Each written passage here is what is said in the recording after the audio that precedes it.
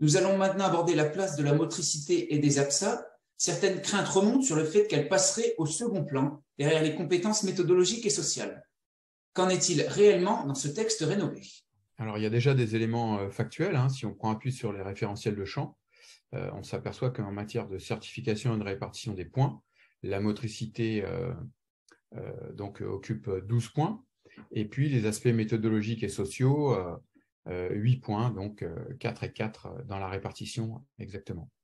Donc, il y a déjà ce premier élément. Ensuite, le deuxième aspect, c'est que les compétences psychosociales qui vont être recherchées et celles méthodologiques, elles restent au service du projet d'efficacité dans la PSA. Donc, quand on illustre avec, par exemple, des compétences qui seraient développées dans le cadre de l'arbitrage, eh bien, ce que l'élève comprend, saisit des contraintes réglementaires, et il doit pouvoir le réinvestir dans son statut de joueur très, très rapidement et très efficacement. Donc, il y a toujours ce focus sur l'efficacité dans la PSA.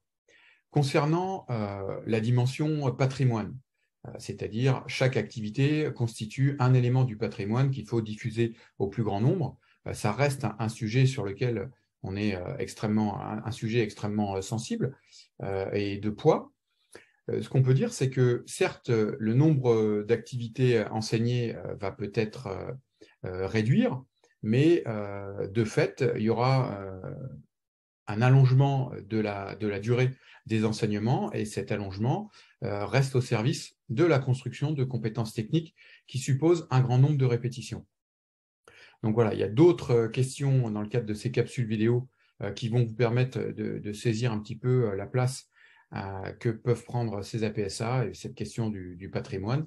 Donc je ne développe pas davantage, simplement insister sur le fait que pour que les APSA vraiment restent au service ou soient au service des besoins des élèves dans le cadre du projet EPS et des choix d'équipe, réaffirmer l'utilité d'une formation des APSA capable d'engager des enseignants qui restent fébriles à l'idée de se lancer, par exemple, sur du CA3 ou sur d'autres APSA, et qui soient beaucoup plus en confort grâce au plan de formation qui pourrait être déployé au PNF ou au PRF. Voilà, donc on a toujours ce souci d'accompagner les enseignants.